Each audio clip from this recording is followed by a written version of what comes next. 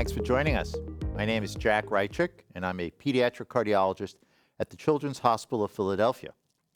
Welcome to Pediatric and Congenital Heart Talks, a series of lecture presentations and discussions on interesting and important topics in our field of pediatric and congenital heart care. In this series, we will share insights on a variety of topics, offer new perspectives on some basic principles, introduce novel concepts and innovations, as well as identify what needs to come next to solve challenging problems in our field. Our objectives are to provide education on a variety of topics, but also perhaps to stimulate some provocative thought. We'd love to hear from you and get your questions and ideas and thoughts on these discussions. You can contact us at this email address, chophearttalks@email.chop.edu. Okay, let's go ahead and get started.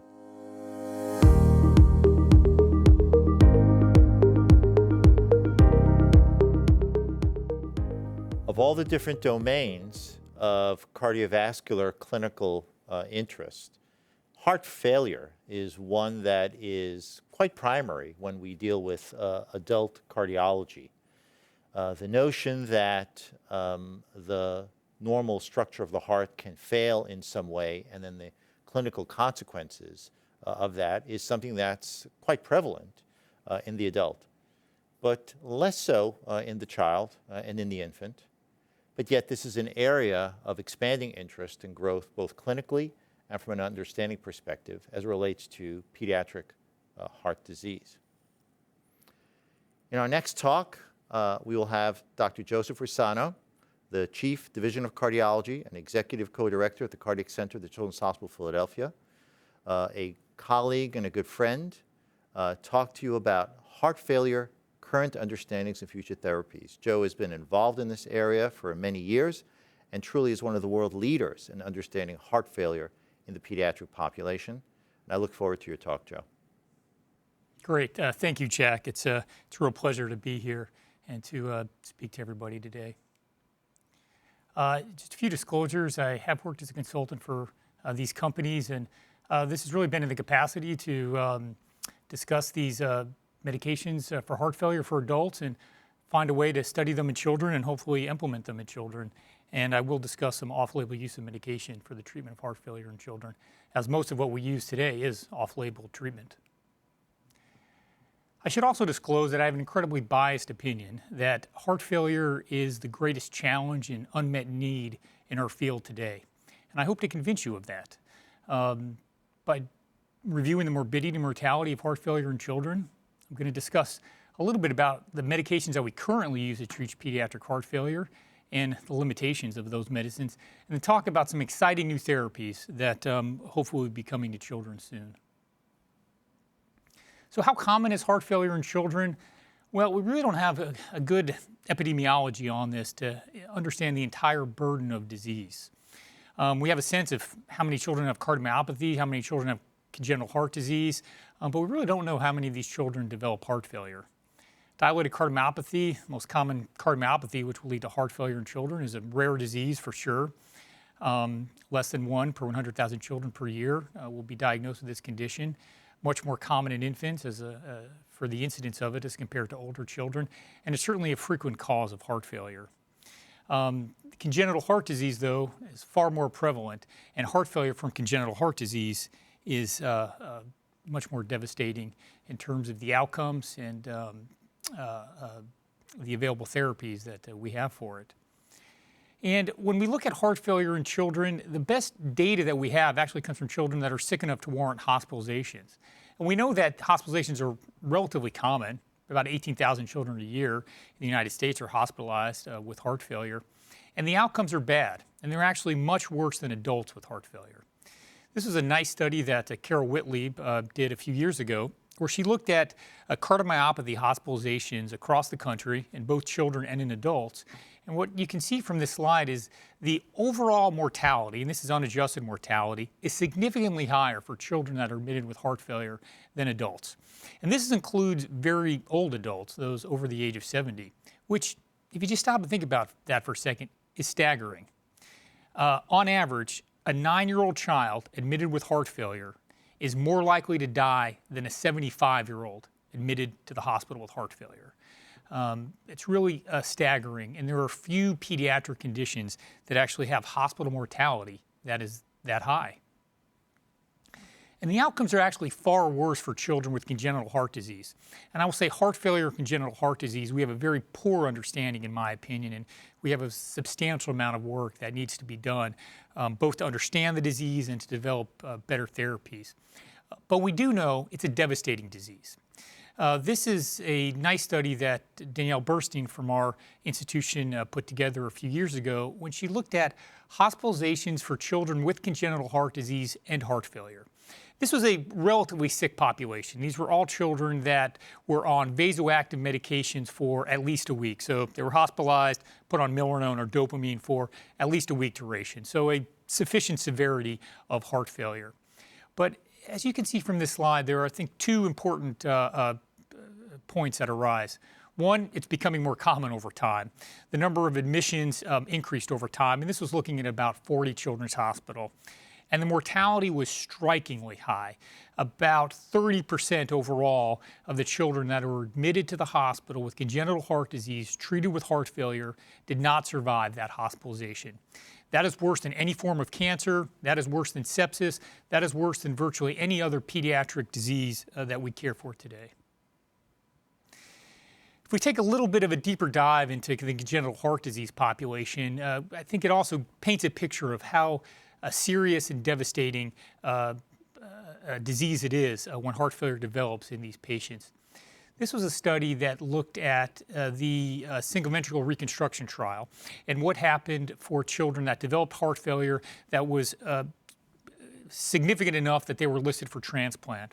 Well, you can see from this Kaplan-Meier curve that most of these children did not survive. In fact, 1 year after they were listed for children, less than half of these children survived, and nearly 40% of these children died while waiting for transplant. So we have no real effective medical therapy for these patients. The only real survival in this population was transplant, and sadly, there are many more patients that are in need of a transplant in this age group than there are available organs, and you can see that 40% of these patients died while waiting for transplant. And it's a progressive disorder. This is a very nice study that came out recently from the University of Michigan, which looked at Fontan patients over time. And the numbers may be a little small on your screen and hard to read, but you can see at about 20 years, a quarter of these patients have moderate to severe AV valve regurgitation, and a quarter of these patients have moderate to severe ventricular dysfunction. And those are oftentimes coexistent. So even though while many of these patients may still be at home and are not frequently hospitalized for heart failure during the early years after the Fontan, we see progressive valvular dysfunction, progressive ventricular dysfunction, which can lead to the clinical state of heart failure, and again, a condition which we have very few, if any, effective therapies. So heart failure in children, high morbidity and mortality, outcomes are worse than adults, and I didn't go into these data, but it is actually far more expensive to care for children with heart failure than it is for adults with heart failure. But what about pharmacotherapy? What is the current state of medical therapy for these children? Well, we are operating still in large part under the paradigm of the neurohormonal model of heart failure. And this has been, in many ways, an incredibly successful paradigm that has existed for the last several decades. This is a classic slide that Doug Mann had put together a number of years ago, which describes the hypothesis that there is some index event which will set down a series of subsequent steps that will lead to heart failure. So this could be a myocardial infarction.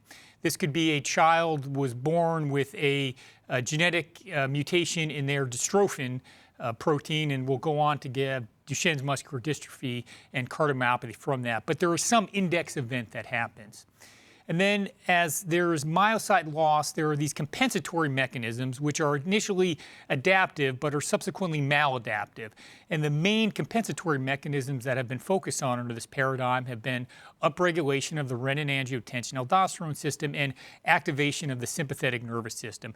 And blocking these two pathways has been really what has been fundamental for heart failure therapy in adults and also in children for the last several decades.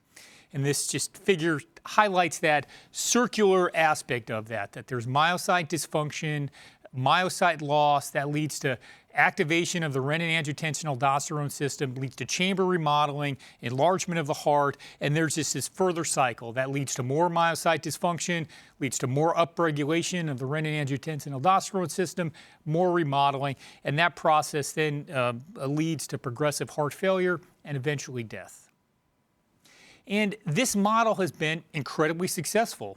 If we look at the studies that have been done in the implementation of medicines after these studies among adults with heart failure, arguably among the most successful in cardiovascular therapies. And as evidence exists in medicine, these are among the most high quality evidence. There are multiple randomized controlled trials, some of which have enrolled thousands and thousands of patients with the endpoint of death that have clearly demonstrated that ACE inhibition is beneficial for patients with heart failure. Given an enalapril versus placebo, they are more likely to be alive. The same is true with beta blockers, and the same is true with aldosterone antagonism. So again, the highest level of evidence that we have in medicine strongly suggests that ACE inhibitors, beta blockers, and aldosterone antagonists improve survival among adults with heart failure, and they have been incredibly successful. And that has been the cornerstone of what our therapy is today. But what about children? Are these medications effective in children? And these are the gold standard of what we treat patients with today. At our center, and probably your center, a patient that has significant heart failure, they have dilated cardiomyopathy and a low ejection fraction, and they are well enough to take oral medications. They are almost assuredly on some combination of these ACE inhibitors, or angiotensin receptor blockers, aldosterone antagonists, and beta blockers. And when it comes to ACE inhibitors, we actually have no good evidence that they are helpful in this population. We don't have large randomized trials with any hard endpoints of things like survival. We have very small studies.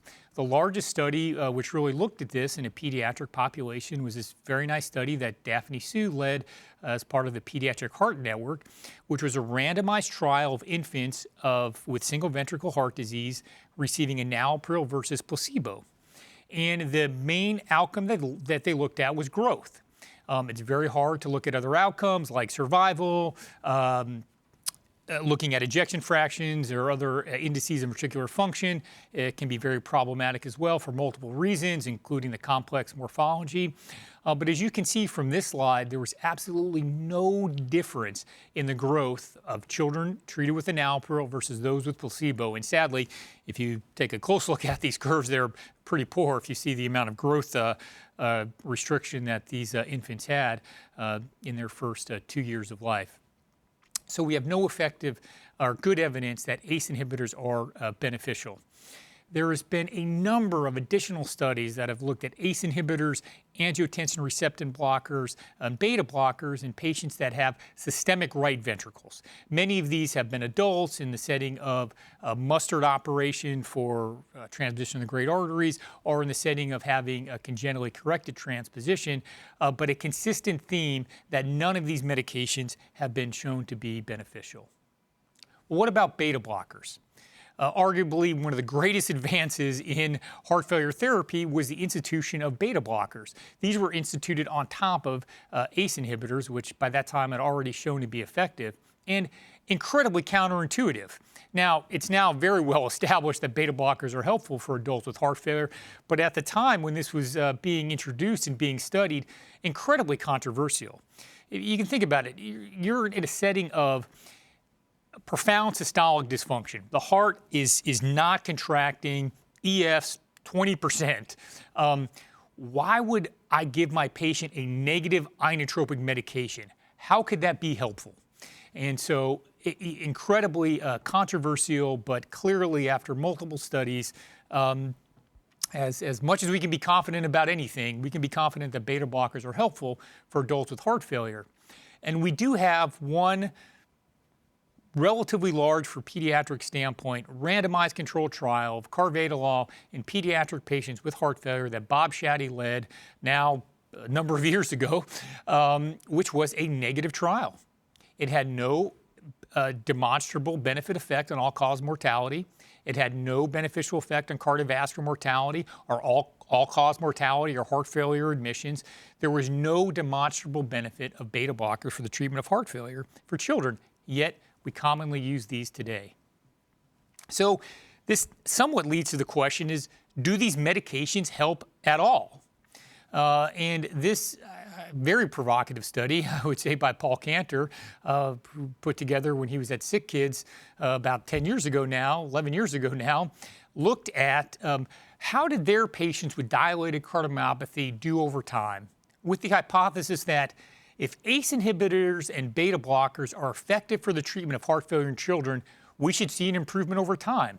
We have an era when heart failure is treated with DIG and Lasix, which we have no evidence that that improves the natural history of the disease. So while they may be effective for symptomatic therapy, there's no evidence to suggest that they prolong life.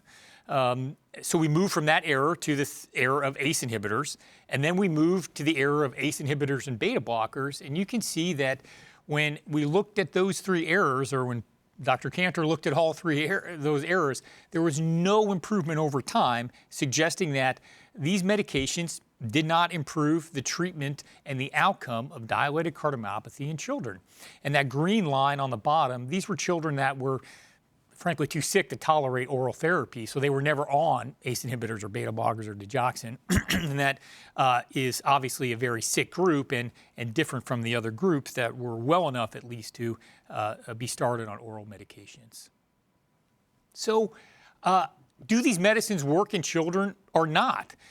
Which is a very important and fundamental question that we have. And Bob Shaddy and I wrote this article a few years ago to offer some thoughts on that. And again, not to perseverate on this point, but these are our gold standard medications today. We use these medications in essentially all of our patients with heart failure, especially if it's from dilated cardiomyopathy, with shaky evidence. And so these were some of the thoughts that we had. So I think there is a cogent argument that could be made that these medications are beneficial, but we have not been able to demonstrate them in studies. And it is really hard to do high-quality randomized trials in children for a lot of reasons. We have a small sample size. That can lead to type 2 errors. We may not be powered to detect a beneficial effect. There are incredible challenges with study design. We generally do not have the luxury of following children throughout childhood, and we need a relatively short time to be able to demonstrate a benefit. We are dealing with incredibly diverse diseases. Even if you looked at dilated cardiomyopathy, which phenotypically may look very similar, but there are likely hundreds, if not more, different diseases that contribute to a similar phenotype. And clearly, when we're talking about congenital heart disease, there are dramatically different diseases which can lead to heart failure. The outcomes that we look at are very important. So while adults will power their studies for survival, and so that's easy to measure, that's pretty easy to adjudicate, our studies in children are generally looking at transplant-free survival. And when you look at the number of patients that either died or the numbers that underwent transplant, fortunately, few patients died, and that the end point is transplant. And that is an important endpoint for sure, but it's also relatively subjective in the sense that there's no uniform criteria of when a patient gets listed for transplant among centers. And once a patient is listed, when they actually get a heart is in large part not dictated by the severity of the disease. It's dictated by organ allocation policies, their own centers' decision-making about what makes an acceptable organ. And so if you look at time to transplant, that doesn't necessarily reflect time to disease worsening, and that's just the reality of the situation. The other challenging part is that some of these patients get better. In fact, when it comes to dilated cardiomyopathy, as much as a third of these patients can have not only improvement, but normalization of their function over time. And so some of these patients in years past that have undergone transplant in a current era may not have undergone transplant, and with current therapies may have actually done well and not needed a transplant. The other side of this equation is that Dr. Cantor's provocative study was correct in the sense that these studies, these medications actually don't work in children. And that, unfortunately, is a real possibility. Well, what about the future, right? I'm not a nihilist by nature, at least I don't think that I am, and actually have a lot of optimism about the future in the treatment of heart failure. So what are some of the exciting things that are coming down the pike? Well, one thing that has gotten an interest, a revived interest in adults and somewhat of a revived interest in children is looking at heart rate. And certainly when it comes to longevity, slow and steady wins the race. It's much better to have a low resting heart rate. And that's not only true for people, it's really actually quite fascinating how well this holds for essentially all animals, certainly all mammals, and many other non-mammal animals as well, that you can see on a log scale a pretty tight relationship between life expectancy and heart rate. And if we look at this analogy of the tortoise and the hare, so a rabbit will live on average about 10 years, has a heart rate of, I don't know, I think like 140 or 160. And if we think of the giant tortoise that was roaming around with Darwin in the Galapagos Islands, so the most famous of those tortoises was Harriet. So Harriet the tortoise, who has a heart rate of about 6 beats per minute, lived to 175 years old. So in the race between the tortoise and the hare, as the fable holds, money should be on the tortoise.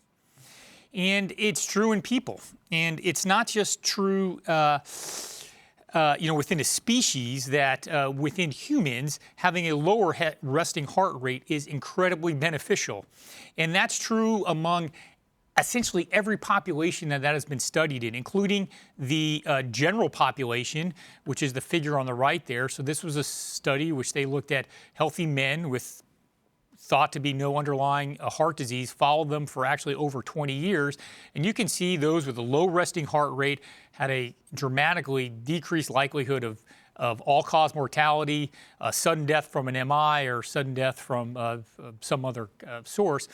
And if you look at within disease populations, coronary artery disease, the same holds. The same is true for heart failure. Heart failure patients with a lower resting heart rate have a lower mortality than heart failure patients with a higher resting heart rate. And this led to the development of ivabradine. And certainly beta blockers, part of their beneficial effect is lowering heart rate. So in addition to blocking things like epinephrine and norepinephrine, having a lower resting heart rate is one of the beneficial effects of beta blockers. But oftentimes, even on beta blockers, and some patients are not tolerant of beta blockers, patients with heart failure can still have a high resting heart rate. So ivabradine affects the funny current in the sinoatrial node, does not decrease contractility, and there's this clear association of elevated heart rate and mortality in heart failure patients. And if you give ivabradine to adults with heart failure, it lowers the heart rate. Target here was a heart rate less than 70, and you can see that ivabradine effectively lowers the heart rate, but it also improves outcomes. The primary outcome for this study was heart failure hospitalizations and mortality, which is a very common combined endpoint for heart failure studies. I'll go through a number of studies, and that's a very common outcome that you'll see. So it was beneficial, and ivabradine has been approved for the treatment of adults with heart failure. We were interested in this in children, and we were interested to look at does this trend of higher heart rates being bad, is that also true in children with cardiomyopathy? And it is. This was a study from the Pediatric Cardiomyopathy Registry, and we looked at children that had a high resting heart rate versus those that had normal resting heart rate, and it was associated with overall mortality as well as transplant-free survival. There has been one prospective randomized study of ivabradine in children, a relatively small study. You can see a little over 100 patients were enrolled. It was not designed or powered to look at an endpoint of survival. It was effective in lowering the heart rate, and there was a small but statistically significant increase in ejection fraction. And with that, in 2019, actually, ivabradine was approved for the treatment of heart failure in children, being the first medication we had to date that was approved by the FDA for the treatment of heart failure in children. Prior to that, none of the other therapies, ACE inhibitors, beta blockers, aldosterone antagonists, are approved for the treatment of heart failure in children. We've used this a little bit, and just as an anecdotal experience, it was actually in a post-heart transplant patient.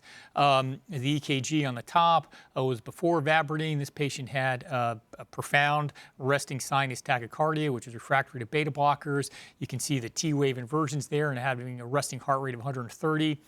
Post-Vabradine, we got his heart rate down to 90. You can see the improved appearance of his EKG, both in terms of the rate and in terms of the upright T-waves. And this is an echocardiogram before and after Vabradine. Ejection fraction went from 46 to 56%. So will this mean that this will be associated with improved long-term survival in our transplant population, many of which do have high resting heart rates and can develop graft dysfunction? I don't know, but certainly is exciting and encouraging that we have some therapies which may be beneficial. One of the very important medications that has come around in the last 5 years or so have been neprilysin inhibitors. This slide shows the beneficial effects and the mechanisms of action of neprilysin inhibition. So they will neprilysin will degrade natriuretic peptides. Natriuretic peptides have a lot of important cardiovascular effects and can be helpful in the setting of heart failure, leads to vasodilation, decreased sympathetic tone, decreased aldosterone levels, improved natriuresis and diuresis. Very fascinating study in the development of this drug, which I won't go into in detail, but was actually studied many decades ago. But when it was combined with an ACE inhibitor, they had an unacceptably high level of angioedema. Couple decades went by without a lot of attention to it, but was subsequently combined with the angiotensin receptor blocker valsartan, which is the chemical here, LCZ696, and led to dramatic improvements in outcomes for patients with heart failure. Again, adults with heart failure is a landmark study in 2014. And again, looking at the primary combined endpoint of death or hospitalizations, but also had improvements in death from any cause and death from cardiovascular causes. Well, what about children? Do children also have a beneficial effect of neprilysin inhibition? We don't know that for sure, but we are very excited that this study, the Panorama Heart Failure Study, which is looking at LCZ696, which is sacubitril and valsartan, actually just finished enrolling. So we still have the follow-up period, but this is a prospective randomized control trial on a sort of novel rank order endpoint, and we should have the results in a year or so. So very exciting for us. Interestingly enough, based on the compelling data in adults and some signal in terms of natriuretic peptide changes over time in children that were on this medication, it was actually approved by the FDA last year as well. So now currently we have 2 medications that are approved by the FDA for the treatment of heart failure. I would say the total effect that these medicines have in children with heart failure is still unknown, and we certainly await the results of this trial. So what about medicines to just make the heart squeeze harder? It seems like that would just be the right way to go. In the setting of a heart that is just, has severe impairment in contractile ability, that having the heart squeeze harder, improving the ejection fraction would be beneficial for the treatment of heart failure. It's so intuitive, and it would make such sense. Sadly, it has been studied with multiple medications, and that has not been the case. And when we look at things like beta agonists, when we look at things like phosphodiesterase inhibitors, milrinone, which certainly is at our institution, in our cardiac ICU, the most common vasoactive medication that we use, and we think it has a lot of beneficial effects. But for the long-term treatment of heart failure, there was this very well-known PROMISE study in adults that adults that were given milrinone were more likely to die than those that were given placebo. And all of these medications, and I won't go through all of these trials, were all associated with the greater risk of death in adults when they were given this medication for the treatment of heart failure. And all of these medicines share the same characteristic that they increase calcium within the myocyte. And that is thought to be a major reason for the higher risk of mortality.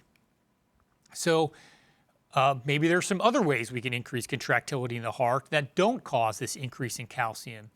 So this is a relatively newer medication, omecamtiv, which is a very interesting medication which activates myosin. So you can see in the top left-hand panel, what this can do is basically have more myocytes in the pre-power stroke phase. So if you look at the bottom left, there are more myocytes that are available to bind with actin. And this leads to an impressive increase in contractility. So if you look at the figure on the right, you can see that the contractility is significantly improved, actually greater than isoproterenol, but there is no increase in calcium, which is seen with all of these other medications which have been studied for the treatment of heart failure. This medicine was studied in humans, it has a shorter systolic ejection time, which is beneficial, an improvement in stroke volume, a decrease in heart rate, an improvement of the volumes of the heart, and decrease in natriuretic peptide levels. And just very recently released, when this was studied in over 8,000 adults with heart failure, there was a lower incidence of death or heart failure hospitalizations. So for the first time ever, we have a medication that makes the heart squeeze harder that actually seems to be associated with improved outcomes as opposed to worse outcomes in adults. There are no studies of this medication, to my knowledge, in children.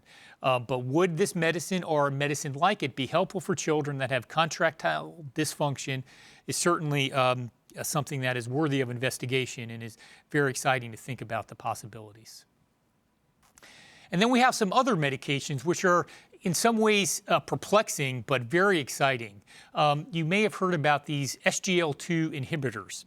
So this is a fascinating story which is still unfolding, and there's so much about these medications in heart failure that we don't know about.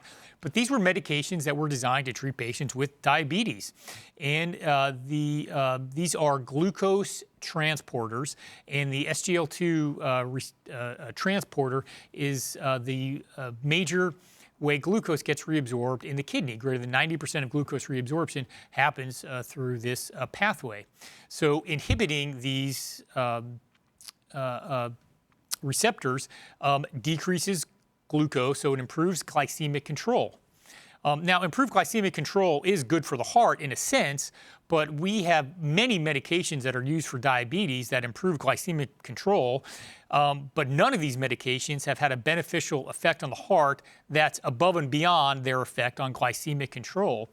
But it was found when this medication was given to diabetics that they actually had less incidence of heart failure, and if they had heart failure, they were less likely to die or less likely to have complications of heart failure, which is intriguing and a bit unexplained of why that may happen.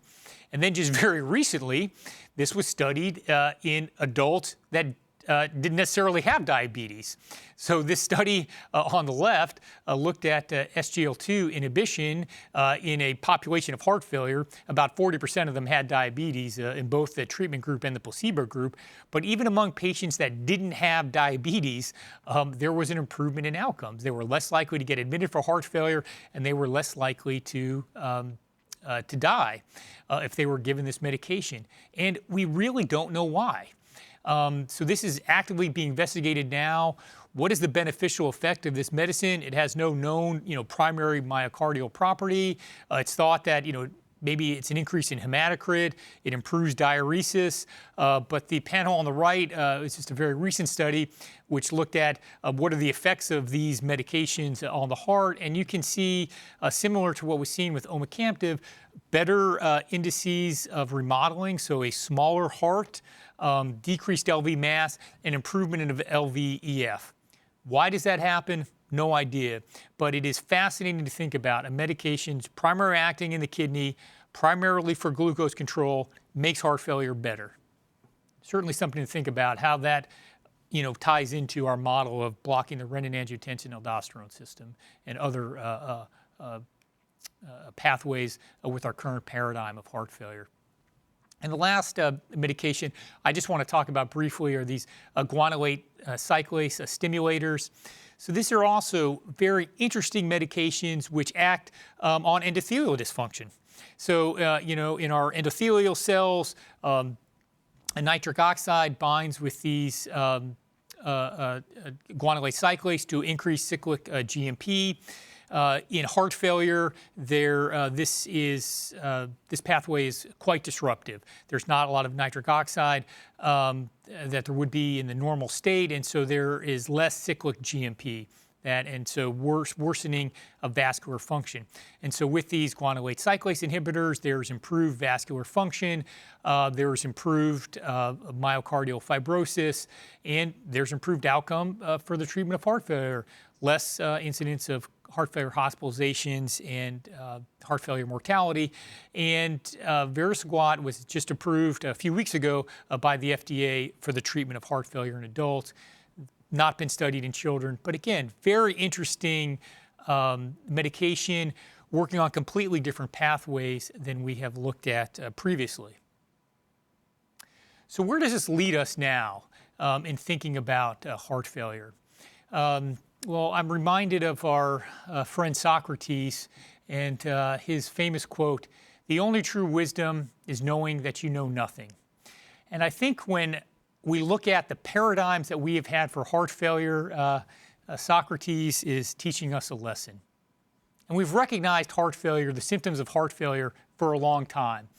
And if we think about the constructs that we've put around to explain heart failure, they've changed throughout the millennium, going from Hippocrates to Harvey, focusing on hemodynamics, to Starling, focusing on the heart and the interactions of how the heart and hemodynamics work, to Braunwald, to a focus on contractility, to a de-emphasis of contractility, as all these studies led to worse mortality as opposed to improvement, to getting to our current state of looking at the neurohormonal axis and the renin-angiotensin-aldosterone system.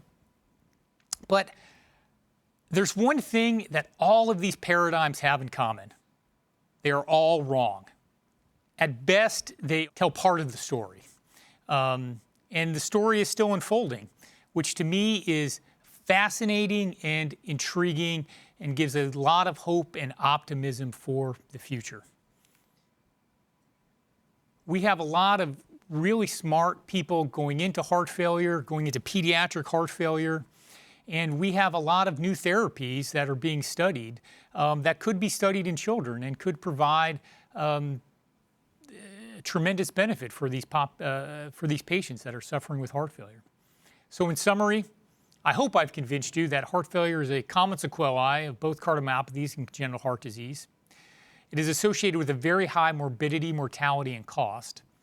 Our current gold standard is not based on strong evidence and is very limited in our ability to know if we're actually helping patients with this. But again, the exciting part is that we have new therapies today that are looking at heart failure in a completely different way than we have in the past, that expand and or challenge our old paradigms. And I think there's a lot of light on the horizon for improving this dire disease. Thank you. Joe, that was fantastic. It was just a great perspective and an incredible overview.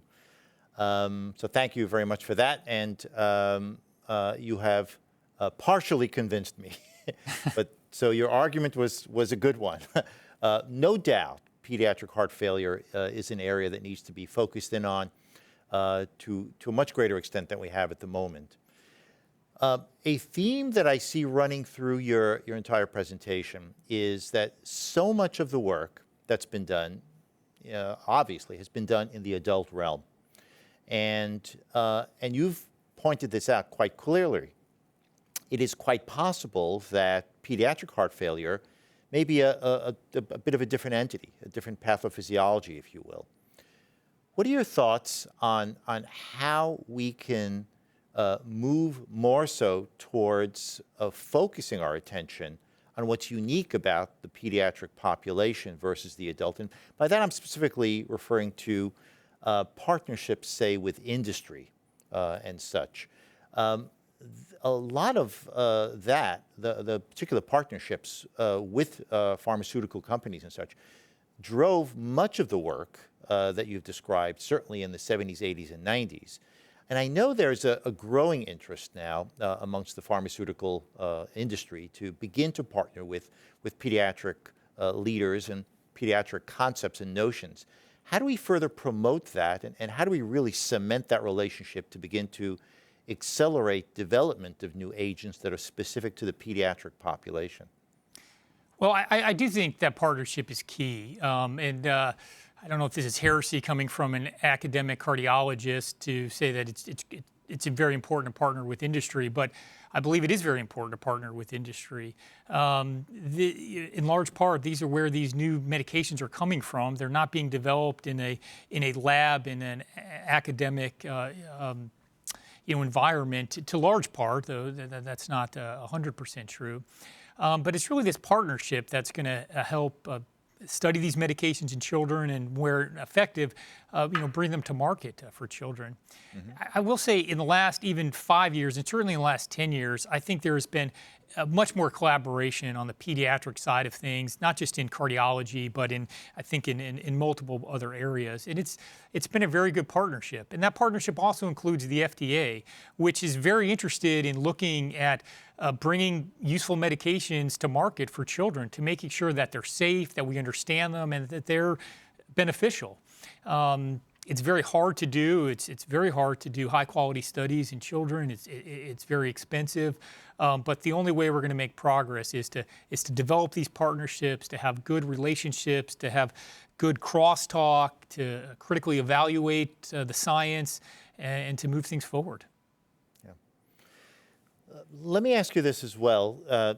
Pediatric heart failure, getting to that point, that place, that condition,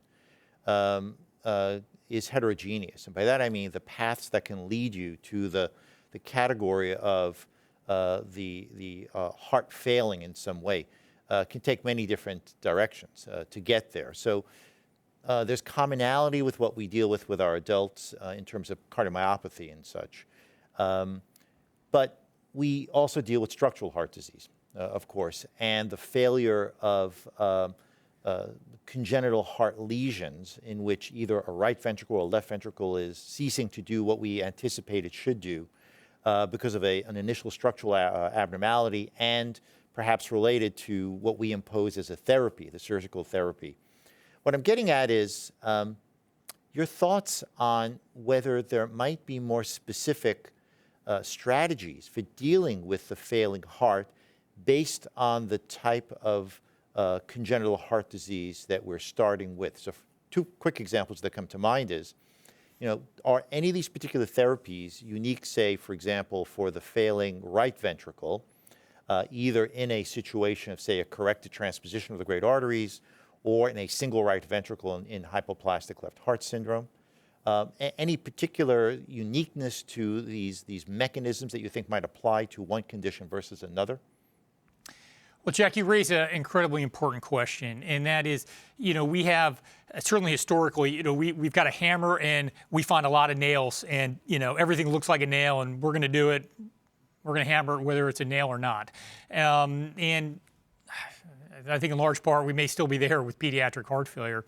But there are clearly differences, and we're probably just scratching the surface and really understanding what those differences are. Certainly at a molecular and biochemical area. I mean, there's been some great work out of Stanford, and Shelley Miyamoto and her group out of Colorado, I think, have done great work in understanding the differences between adult and children, and congenital heart disease versus cardiomyopathies. And there are clearly differences. And so some of these medications that are targeting pathways are just probably not going to be effective for children.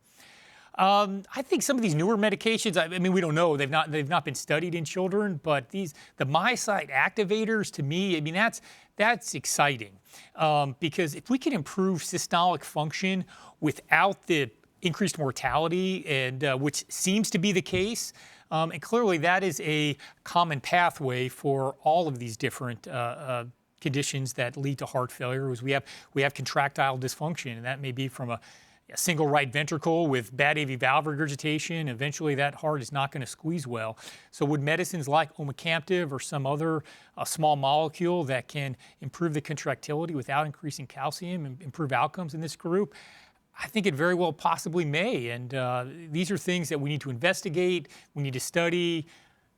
Is it safe for children? What dose is it?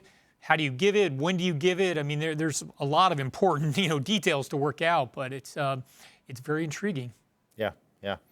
It's just a fantastic area, and so many open questions yet to investigate, and it's a great space for need for further development.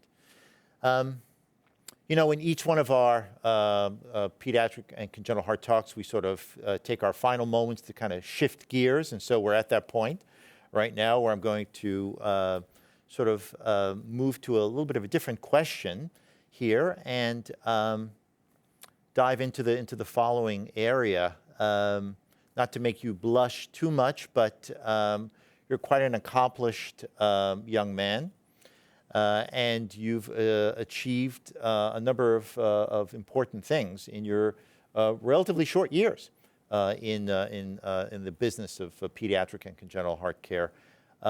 You lead one of the largest divisions of cardiology, pediatric cardiology in the country, if not the world. And you lead it quite well, let me add. And you're a great colleague and a friend and a mentor yourself to many of our junior colleagues. And that's a credit to what you've achieved and what you do.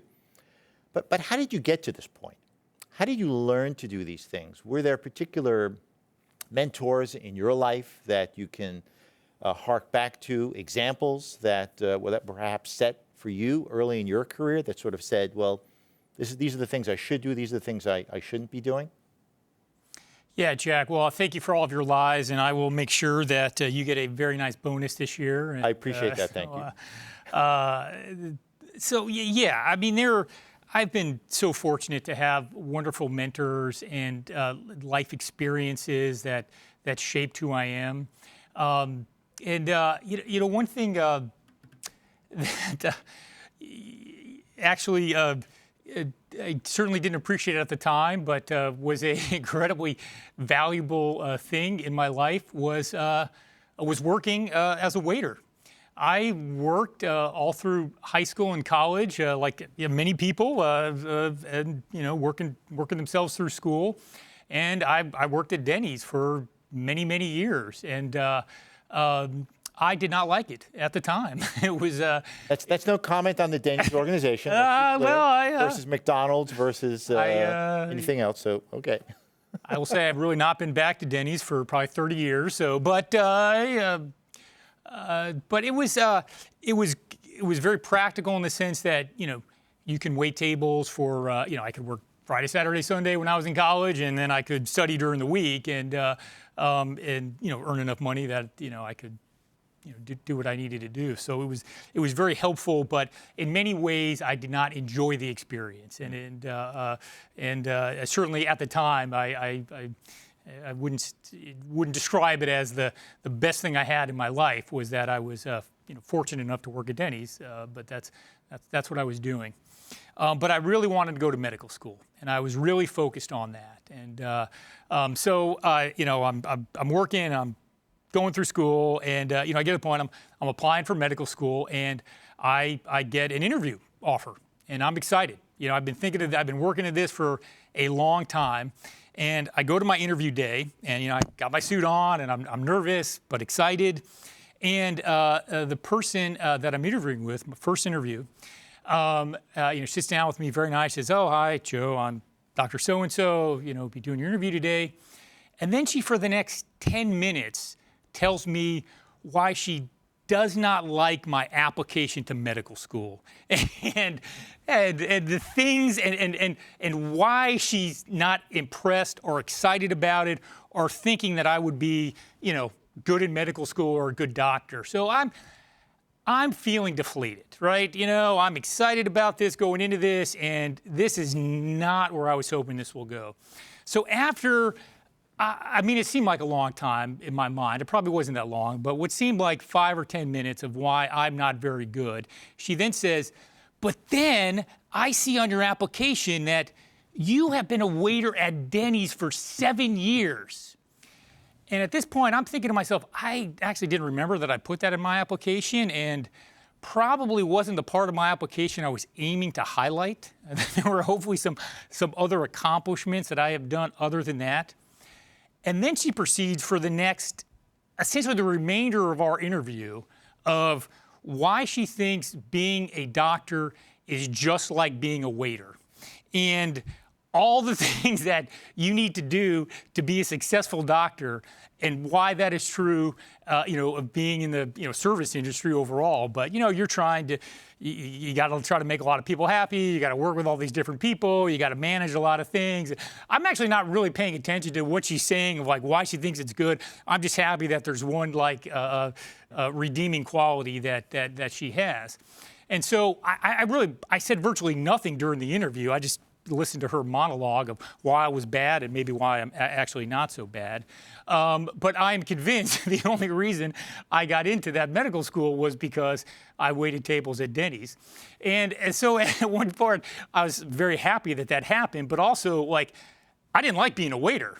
And so then part of my mind is thinking like, I hope being a doctor is not like being a waiter, because I actually really don't enjoy that all that much, and that I was hoping that my eventual career would be different and in many ways. But as years and years and decades have gone by, I can now appreciate how right she was. That I learned so many lessons as a waiter that helped me out tremendously as a physician. And and there are incredible similarities. And just a couple of those. It's hard work, and working hard is important. And I probably, everybody has been at Denny's or some restaurant like Denny's, and to pay attention the next time you're there at what your waiter or waitress is doing, and they're working hard. I mean, if you've been at Denny's on a Sunday morning, that's as busy as any ICU that I've worked in at any time, day or night, under any circumstances. And also, you should be nice and tip your waiter. They are working very hard, and they don't get paid a lot of money. You need to manage people effectively, and that's all sorts of kinds of people. Right, in a Denny, you got your managers, you got your cooks, who can be, an interesting group of people, but very important, because you want to get the food to your customers in a timely manner. You've got your coworkers, you've got your customers, who fundamentally, you're there to serve the customers. As a physician, fundamentally, I'm here to serve my patients. And there's a lot of people around. They may be helpful, they may be not helpful, but at the end of the day, I got to make sure everything comes together and focuses on my patient, and comes together to, and at Denny's, they give them the best customer experience. They get their Grand Slam, they get their coffee, they're out the door, they're happy. Running an ICU is not that different than working at Denny's on a Sunday morning. You got a lot going on. Something is going to happen 30 minutes from now that you got to pay attention to. You've got something immediate happening. I got to get this coffee to this person. I got to put this order in. I put this order in 20 minutes ago. It's going to come up. I've got a table of 8. I've got to get that to. That's not dissimilar to, I'm rounding on this kid. I've got a kid in bed 12 that's really sick, and I want to get back there and check on him, and maybe I got to intubate him. So you've got all these other things going on. And you've got to keep that in your mind, and you got to work, and then you got to keep track of stuff, and you have to stay calm, right? It's chaos. And I will say the stress of a Sunday morning at Denny's is no different than the stress of a busy ICU. The outcomes are different, right? Oh, yeah. Somebody's upset they don't get their eggs on time, or their eggs weren't cooked right. It's different than a child that has a cardiac arrest or does poorly. The stress is the same. The way people feel, exactly the same. 100 customer, the busload of people going to the Grand Canyon, comes in. You weren't expecting it. And you got 50 people you got to care for. Yeah, that's stressful. The kid that crashes on an ECMO, that's stressful. But the actual skills of managing it, strikingly similar. But be able to keep calm, know what you need to do, try to manage all these people effectively, just strikingly similar. So in some ways at the time, waiting tables, didn't care for it all that much. Probably would have liked to have done something else, but it was helpful for me. I will say I met great people there. That I think about all the time. Just the last thing I think I learned about from working at Denny's. Leaders come in all shapes and sizes, and I can remember when I started as a dishwasher. I wasn't even good enough to start as a waiter. The guy that ran the back of this restaurant, Leo, I don't know if he ever graduated high school, certainly never graduated college, wasn't well educated. He was a leader. Everybody listened to him. He ran that restaurant well. He trained me, and so he's got patience.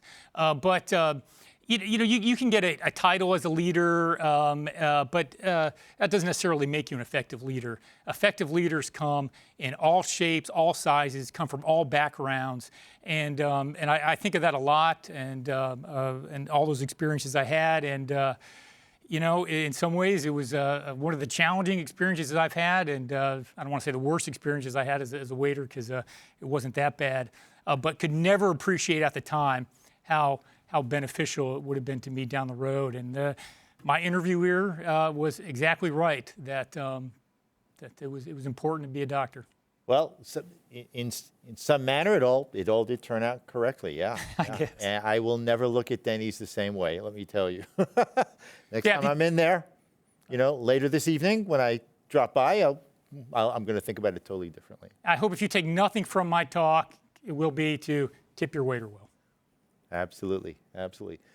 Well, Joe, this has been fantastic. Some great life lessons. That's a fantastic metaphor for leadership and for activity in general, and a fantastically informative talk on pediatric heart failure. So thanks very much for doing that. And thank you all for your attention, and look forward to seeing you again. Thanks so much for joining us. We are very much interested in your feedback, and we'd love to hear questions concerning our content that you've heard, as well as suggestions for additional topics that would be of interest to have reviewed in depth and discussed. In order to communicate with us, we have a dedicated email address. It's chophearttalks@email.chop.edu. We'd appreciate hearing from you. We'd love to hear your ideas and suggestions. Thanks so much for your attention.